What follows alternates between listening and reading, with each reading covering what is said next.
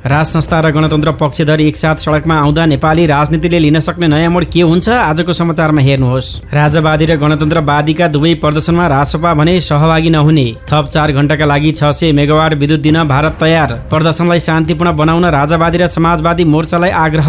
माइती घरबाट पक्राउ परेका अमेरिकी नागरिकलाई अध्यागमनमा बुझाइयो। दुर्गा परसाई बने राजवादी आन्दोलनको कमान्डर। 10-15 हजारका जुलुस निस्कनु नेपालको लागि नौलो होइन, त्यही हुने हो प्रधानमन्त्री ओली। पीडित केन्द्रित भई शान्ति प्रक्रिया टुङ्ग्याउने कुरामा राजनीतिक दलहरूमा विवाद नभएको माओवादी अध्यक्ष प्रचण्डको भनाई। नेवा समुदाय भन्छ राजतन्त्र र हिन्दू राष्ट्र पुनर्स्थापनाको चलखेल स्वीकार्य छैन। समाजवादी मोर्चाको विरोध सभा कुन दलले कहाँबाट निकाल्दैछन् जुलुस? हेर्नुहोस् आजको समाचारमा। पूर्व राजा ज्ञानेन्द्र शाहलाई देउबाको भनाई, आश नगरे हुन्छ अब गणतन्त्र हट्दैन। उपत्यकाका प्रशासनलाई मानव अधिकार आयोगले भन्नु सुरक्षामा कहीँ कमी नहोस्। राजवादी र गणतन्त्रवादीको प्रदर्शनलाई आयोगले पनि अनुगमन गर्ने। चैत्र 21 गतेदेखि आन्दोलनलाई सशक्त बनाउँदै लैजाने राजवादी मोर्चाको घोषणा। कुलमान घिसिङको विषयलाई लिएर संसद अवरोध गर्नु गलत भएको कांग्रेस महामन्त्री शर्माको भनाई। कुलमानको नियुक्ति नै गैर कानुनी भएको भन्दै हितेन्द्रले मागे अघिल्लो रिक्त कार्यकालको तलब भत्ता। प्रधानमन्त्री कार्यालय र ऊर्जा मन्त्रीले डेडिकेटेड बक्यौता नउठाउन दबाब दिएको कुलमान घिसिङको भनाई। कुलमान प्रकरणमा प्रधानमन्त्रीले जवाफ नदिने, विपक्षीले पनि आफ्नो अडान नछाड्ने। मुख्यमन्त्री र प्रदेश प्रमुखलाई दोहोरो सुविधा, सर्वोच्चद्वारा कारण देखाउ आदेश जारी। राजवादी प्रति बाबुराम भट्टराईको टिप्पणी, काटिएको पुच्छर चलाउनुको कुनै अर्थ छैन। काठमाडौँ महानगरमा बनेको काठमाडौँ टावर भत्काउन कार्यदलको प्रतिवेदन कोर्दै महानगर। कर्मचारीहरू सरकार र पार्टीको नोकर हुने खतरा बढेको राप्रपा